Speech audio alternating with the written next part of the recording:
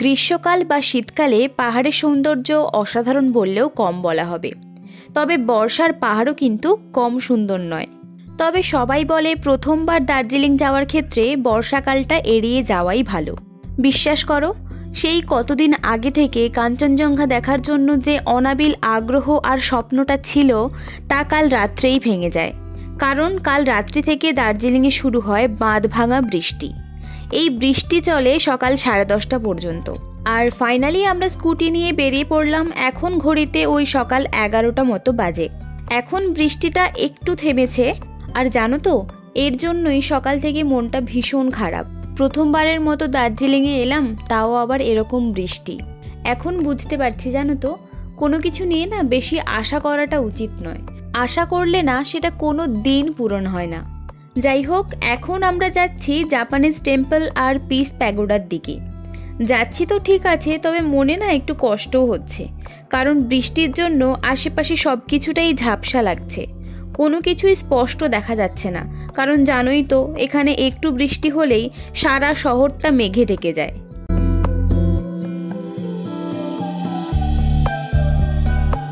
এই যে ফাইনালি আমরা চলে এসেছি জাপানিজ টেম্পলে। একটু মন খারাপ হচ্ছিল, কিন্তু এত সুন্দর সৌন্দর্যটা দেখে মনটা এমনিই ভরে গেল। শুধু জাপানিজ টেম্পল বা পিস প্যাগোডা নয়, এখানকার চারিদিকে সৌন্দর্যটা দৃষ্টি আকর্ষণ করার মতোই।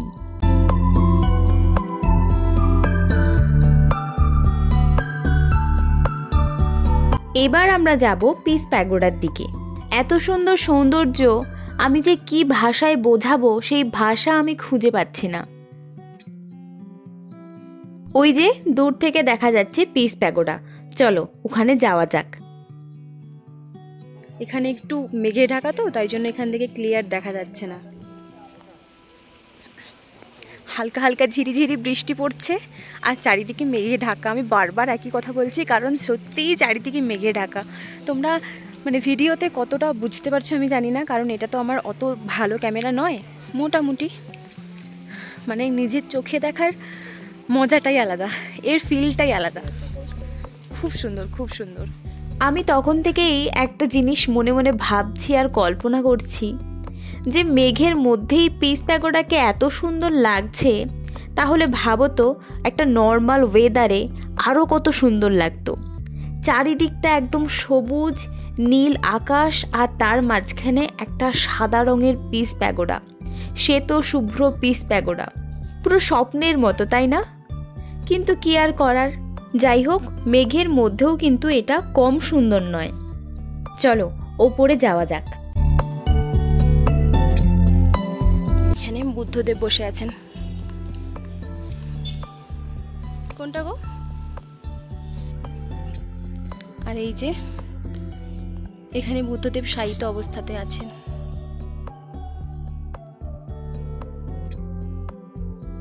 মেঘ না থাকলে একটা অন্যরকম প্রকৃতি আমরা দেখতে পেতাম, আর মেঘ থাকাকালীন একটা অন্যরকম প্রকৃতি আমরা দেখতে পাচ্ছি। কোনোটাই কারোর সাথেই তুলনীয় নয়। আচ্ছা, এখানে তোমাদের একটা ফুল দেখাই, চলো। এই ফুলটা এখানে আমি প্রচুর দেখেছি। আমাদের এখানে তো ওটাকে ধুতরা ফুল বলে, কিন্তু ওটা ধুতরা ফুলের মতোই দেখতে, কিন্তু অনেক বড় বড়। আর এখানে তো দেখছেন যে এটা হলুদ কালারের। এছাড়াও কিন্তু এখানে বিভিন্ন ধরনের কালার আমি দেখেছি।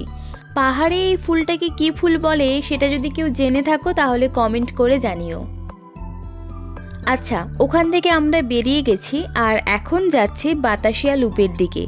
কিন্তু মাঝখানে এত জোর বৃষ্টি এসেছিল, আমরা প্রায় 1 ঘন্টা মতো একটা দোকানে দাঁড়িয়েছিলাম। বৃষ্টিটা আগের থেকে অনেকটাই কমেছে। আমরা এখন যাব বাতাসিয়া লুপের দিকে। তার আগে আমরা 1 কাপ চা খেয়ে নিচ্ছি, তারপর ঢুকবো বাতাসিয়া লুপে। এই যে এখন আমরা ঢুকছি গোর্খা ওয়ার মেমোরিয়াল বাতাসিয়া লুপে। কুনাল ওখানে গেছে টিকিট কাটতে। টিকিটের দাম 50 টাকা পার হেড।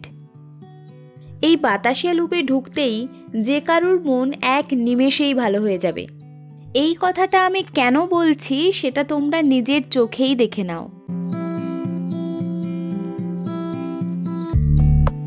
এত সুন্দর সাজানো গোছানো বাগান দেখলে কার মন ভালো না হয়ে যায় বলো তো? ওটা কি ফুল আমি জানি না, নীল রঙের থোকা থোকা হয়ে আছে।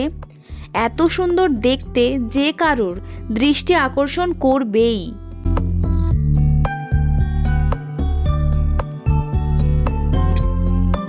এই যে বাতাসে লুপের মাঝে টয় ট্রেনের লাইন, টয় ট্রেন পুরোই বাতাসে লুপটাকে ঘুরে ঘুরে যায়।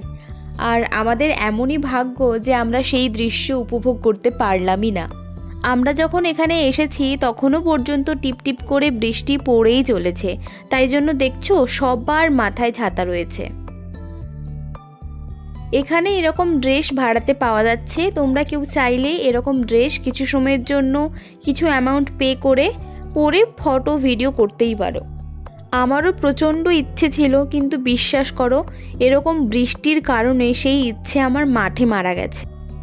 যাই হোক, এখন আমরা এই ওপরটাতে আছি, এবার যাব নিচের দিকে, মানে যেখানে ওই আই লাভ দার্জিলিং লেখা আছে না, ওখানে।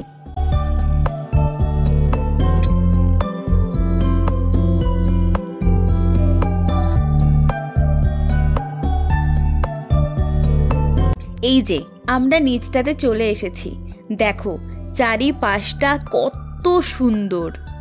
আর এখানে দেখলাম যে কয়েকটা বসার জায়গাও রয়েছে, তাই ছুটতে চলে গেলাম, গিয়ে জলটলগুলো একটু পরিষ্কার করে বসে কয়েকটা ফটো তুললাম।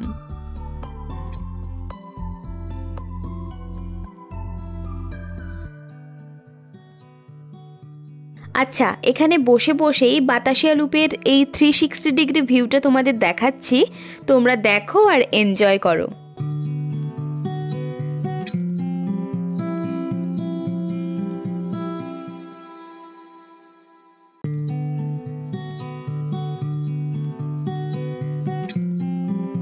এখন আমরা বাতাসিয়া লুপ থেকে বেরোচ্ছি আর ম্যাপে সেট করছি যে এরপর আমরা কোথায় যাব।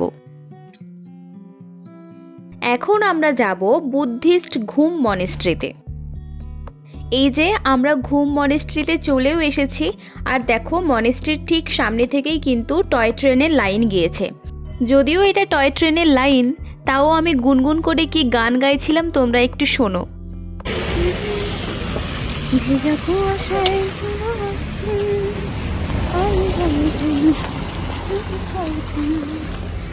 তুই কাকে ভালোবাসতিস, চল রাস্তায় সাজে ট্রাক লাইন।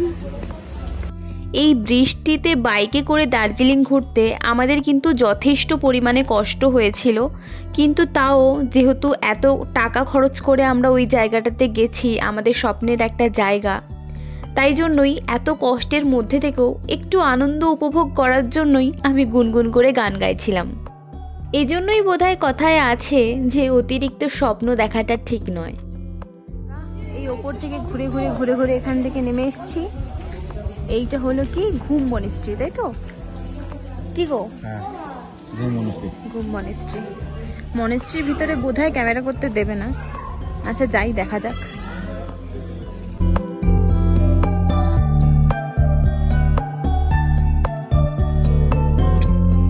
মনেস্ট্রি থেকে আমরা বেরিয়ে চলে এসেছি, আর সামনে রাস্তাতেই পড়েছে ভারতের সর্বোচ্চ রেল স্টেশন, ঘুম স্টেশন।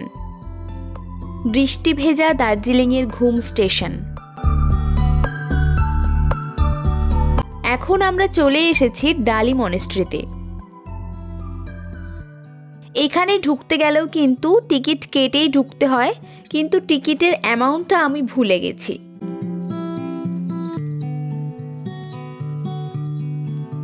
দেখেছো, বৃষ্টির জন্য চারিদিকটা একদম মেঘে ঢেকে গেছে।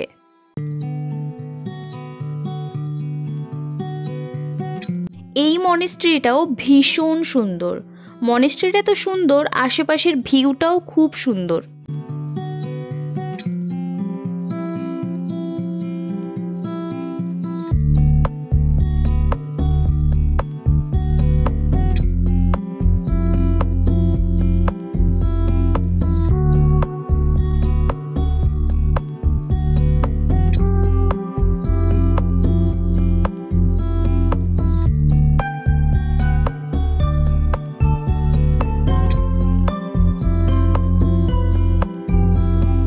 আর এখন আমরা যেখানে যাচ্ছি বা এসেছি, সেখানে আসার জন্য আসার সময়ে যে রাস্তাটা, সেই রাস্তায় ভিডিও করা আমার পক্ষে পসিবল ছিল না, কারণ রাস্তাটা এতটাই দুর্গম ছিল। কারণ আমরা যাচ্ছিলাম রক গার্ডেনে, ভেবেছিলাম যে একসাথে রক গার্ডেন আর গঙ্গা মাইয়া পার্ক ও দুটো দেখে আসব। আর যারা রক গার্ডেন গিয়েছো তারা তো জানোই ওখানে যাওয়ার রাস্তাটা ভীষণ খারাপ। গাড়ি ভাড়া করলেও রক গার্ডেন কেউ নিয়ে যেতে চায় না, আর তার সত্ত্বেও রাস্তাটা এতটা পরিমাণে খারাপ ছিল, আমরা বৃষ্টি মাথায় করে বাইক নিয়ে অতটা নিচে গেছি রক গার্ডেন যাব বলে। প্রায় পৌঁছেও গেছিলাম, আর 5 মিনিট মতো রাস্তা বাকি ছিল, কিন্তু তখন ওখানকার স্থানীয়রা আমাদের জানায় যে ওখানে ভূমিধস হয়েছে বা ল্যান্ডস্লাইড হয়েছে, ওদিকে যাওয়া যাবে না। তখন এতটা পরিমাণে কষ্ট হচ্ছিল, মানে সেটা আমি কাউকে বলে বোঝাতে পারবো না। তখন আমি শুধু ভাবছিলাম মধ্যবিত্তদের স্বপ্ন কিভাবে মাঠে মারা যায়।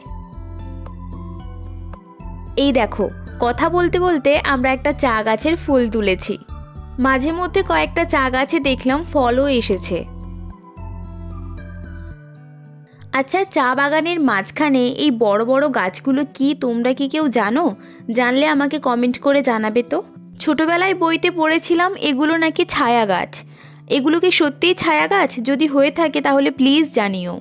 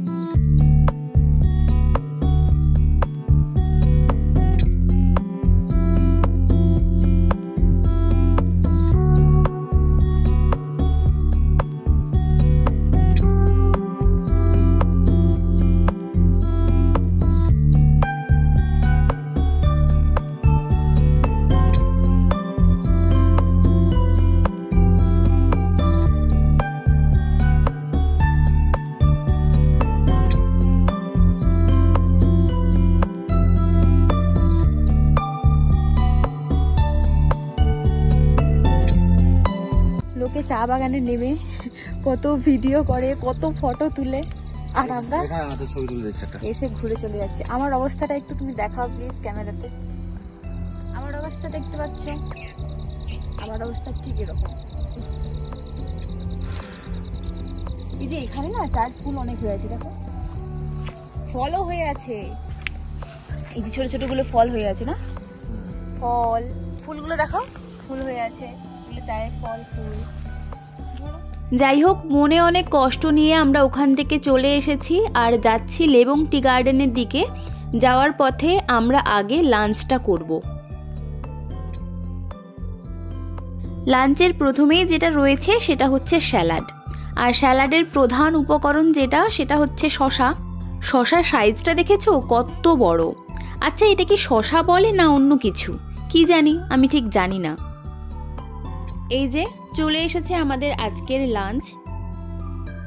প্রচণ্ড খিদে পেয়েছে, খাওয়া দাওয়া শেষ করেই দেখি আবারও প্রচণ্ড জোর বৃষ্টি নেমেছে। তো বৃষ্টিটা একটু থামতেই আমরা লেবং টি গার্ডেনের দিকে রওনা দিচ্ছি। সকাল থেকে এত মুষলধারে বৃষ্টি পড়ছিল, আর এখন দেখো কি সুন্দর পরিষ্কার আকাশ দেখা যাচ্ছে। প্রথমবারে দার্জিলিংয়ের ট্রিপটা তো আমাদের একেবারেই জলে গেল। তার সত্ত্বেও যেহেতু আমাদের একটা স্বপ্ন ছিল আর আমরা এর পেছনে অনেকটা ইনভেস্ট করেছি, তার জন্য যেখান থেকে যতটা পারছি আমরা ভিউগুলো এনজয় করে নিচ্ছি। আর রাস্তার দুপাশে দেখতে পাচ্ছ দুটো বড় বড় রক রয়েছে। এই দুটো রকের নাম আমি ভুলে গেছি, মেবি এগুলোর নাম হচ্ছে তেনজিং রক আর একটা হচ্ছে গম্ফু রক। এখন ঘড়িতে ওই বিকাল 5টা মতো বাজে, আর এটা হচ্ছে সন্ধ্যার দার্জিলিং। আর রাতের দার্জিলিংয়ের শহরটা কেমন লাগে একবার দেখো। রাতের দার্জিলিংটা দেখে আমরা ফিরছিলাম, আর তখনই আমরা একটা বড়সড় সমস্যার মুখে পড়ি। সেটা হচ্ছে আমাদের স্কুটির টায়ার পাংচার হয়ে যায়। আর আমরা তো ওখানকার কোনো সার্ভিসিং সেন্টারের ঠিকানা জানি না। মানুষজনকে জিজ্ঞাসা করে করে প্রায় 2 কিলোমিটারের মতো হেঁটে হেঁটে আমরা একটা সার্ভিসিং সেন্টারে গিয়েছি। তখন ঘড়িতে ওই রাত 8টা মতো বাজে। তারা আমাদের জানায় যে তাদের দোকান বন্ধ করার সময় হয়ে গেছে, তারা এই সময় সারিয়ে দিতে পারবে না। দোকানটা কিন্তু একজন বাঙালি মানুষেরই দোকান ছিল। উনি কিছুতেই আমাদের সার্ভিসিং করে দিতে চাইছিলেন না। তবে একজন অবাঙালি ভদ্রলোককে যখন আমরা বুঝিয়ে বললাম যে কাল সকাল সকাল আমাদের বেরোতে হবে, তখন উনি রাজি হলেন। দেন আমাদের স্কুটিটা সার্ভিসিং করানো হলো। তাই আমার ভিডিওটা যারা দেখছো তাদের উদ্দেশ্যে আমি একটাই কথা বলবো যে বাইকে করে দার্জিলিং ঘোরা এর অনুভূতিটাই অন্যরকম। আমাদের ক্ষেত্রে বৃষ্টি হয়েছিল, সেই ব্যাপারটা আলাদা, কিন্তু বৃষ্টি যদি না হতো আমি বলছি বিশ্বাস করো বাইকে করে দার্জিলিং ঘোরার অনুভূতিটাই অন্যরকম। তবে আসার আগে কিছু প্রিকশন নিয়ে আসতে হবে। যেমন ধরো কাছাকাছি বাইক সার্ভিসিং সেন্টারের নাম্বারগুলো অবশ্যই নিজের ফোনে সেভ করে রাখবে। আজকের ভিডিওটা এই পর্যন্তই, আসছি পরবর্তী ভিডিও নিয়ে। আজ আসি, টাটা।